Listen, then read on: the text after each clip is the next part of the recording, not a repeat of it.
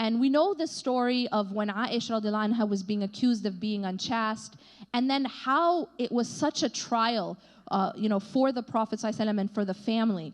And these two examples that I'm going to give are two of the most difficult times in the life of the Prophet ﷺ.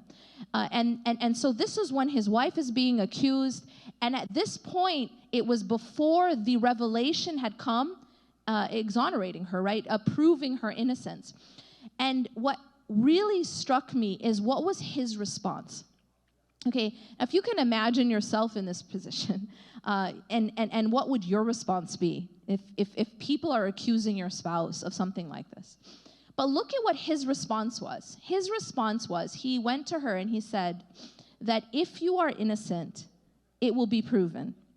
And if you have committed this, then, and this is the part I want you to focus on, if you have committed this, meaning you have actually done this, look what his focus was.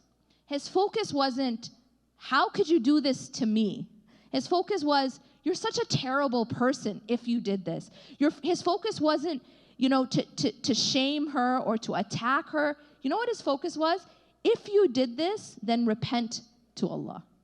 So his focus for her wasn't his own ego. It wasn't his own rights that she would have. If somebody does that to their spouse, they are overstepping the rights of the spouse. But that wasn't his focus. His focus wasn't his own rights, his own ego. His focus was her relationship with God, her relationship with her Creator.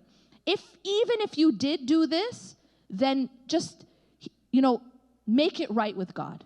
And so his biggest concern right then, when he didn't know, was her relationship with her Creator. And I found that amazing.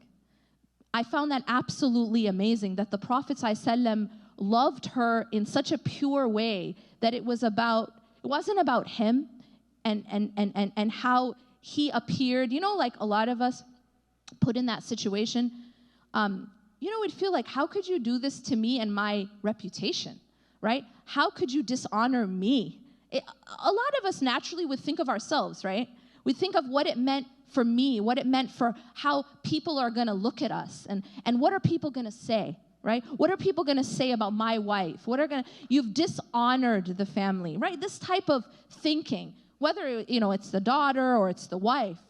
But he's not even thinking like that. He's telling her, just make it right with God, because his concern was about her hereafter.